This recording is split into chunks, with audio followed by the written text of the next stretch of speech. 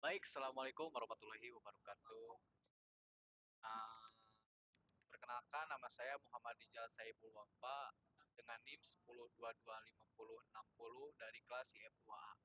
Nah, pada kesempatan kali ini saya akan mempresentasikan materi yang berjudul siklus instruksi komputer.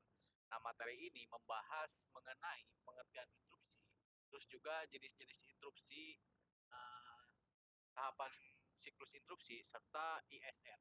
Nah, serta keuntungan pengguna instruksi dalam sistem komputer. Nah, pada pembahasan selanjutnya itu ada tujuan pembelajaran yang dimana itu adapun tujuan pembelajaran ini adalah mahasiswa mampu memahami pengertian instruksi, menjelaskan pengertian instruksi, lalu memahami tahapan instruksi siklus, lalu menjelaskan fungsi interrupt service routes atau ISR, serta mengetahui keuntungan penggunaan instruksi dalam sistem komputer. Nah, lalu pengertian interupsi. Apa itu interupsi? Nah, interupsi itu adalah sebuah sinyal yang dikirimkan kepada CPU untuk menghentikan sementara proses yang sedang berjalan. Nah, tujuannya adalah agar CPU ini dapat menangani suatu kejadian yang memerlukan perhatian segera. Nah, setelah tugas tersebut selesai, CPU ini akan melanjutkan kembali proses yang sebelumnya dihentikan tanpa harus mengulangi dari awal. Nah, sebagai contoh, ketika kita sedang mengetik dokumen lalu menekan tombol keyboard, CPU akan menerima instruksi dari keyboard untuk membaca tombol yang ditekan. Kemudian CPU selesai kembali melanjutkan pekerjaan sebelumnya. Nah, tujuan daripada instruksi ini menangani kejadian itu secara cepat, lalu mengoptimalkan penggunaan CPU, lalu juga mengurangi proses polling secara terus-menerus. Nah, jenis-jenis instruksi itu ada 4. Yang pertama itu uh, ada hardware interrupt, yaitu interupsi yang berasal dari perangkat keras seperti keyboard, mouse, printer, hard disk, atau juga kartu jaringan. Nah, yang kedua itu ada software interrupt, yang dimana interupsi ini yang dibuat oleh program atau sistem operasi. Misalnya saat program meminta layanan pada sistem operasi melalui sistem call. Nah, kemudian ada maskable interrupt atau IRQ, yaitu interupsi yang dapat ditunda atau dinonaktifkan secara sementara oleh CPU jika sedang menangani pekerjaan yang lebih penting. Nah, sedangkan non maskable interrupt atau NMI itu merupakan interupsi yang tidak dapat diabaikan karena biasanya berkaitan dengan kondisi yang krisis, misalnya kerusakan memori atau gangguan pada sistem. Ah, Lalu ada juga tahapan siklus interupsi yang dimana proses interupsi ini berlangsung melalui beberapa tahapan. Yang pertama, CPU itu menjalankan program seperti biasa, lalu kemudian terjadilah interupsi dari suatu perangkat atau program. Nah, setelah itu CPU menyelesaikan instruksi yang sedang dikerjakan terlebih dahulu agar data tetap konsisten. Nah, selanjutnya CPU ini menyimpan kondisi atau konteks seperti isi register dan program counter.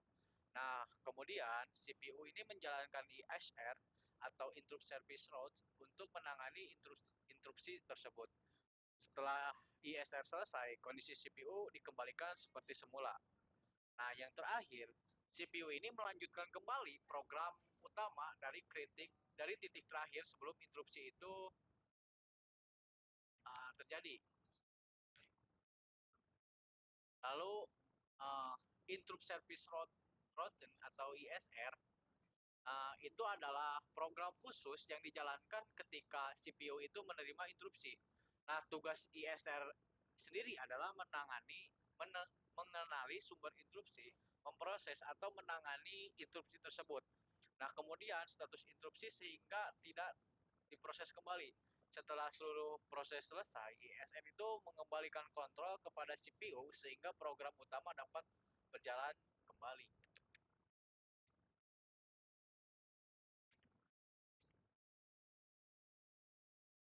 Nah, keuntungan dari interupsi itu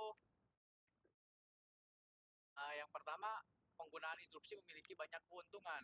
Itu CPU lebih efisien, yang dimana CPU itu tidak perlu terus-menerus memeriksa setiap perangkat. Yang kedua itu tidak perlu melakukan polling terus-menerus. Nah, respon terhadap perangkat menjadi lebih cepat karena perangkat langsung memberi tahu kepada CPU ketika membutuhkan perhatian. Lalu lalu ada respon terhadap perangkat itu akan lebih cepat karena perangkat itu akan langsung memberitahu CPU ketika membutuhkan perhatian. Mendukung multitasking yang dimana CPU itu akan bisa multitasking gitu. Nah, untuk meningkatkan performa sistem, keuntungan menghemat penggunaan sumber daya komputer, lalu ada juga, nah langsung kesimpulan aja yang dimana interupsi itu memungkinkan CPU untuk menangani kejadian seperti penting secara cepat.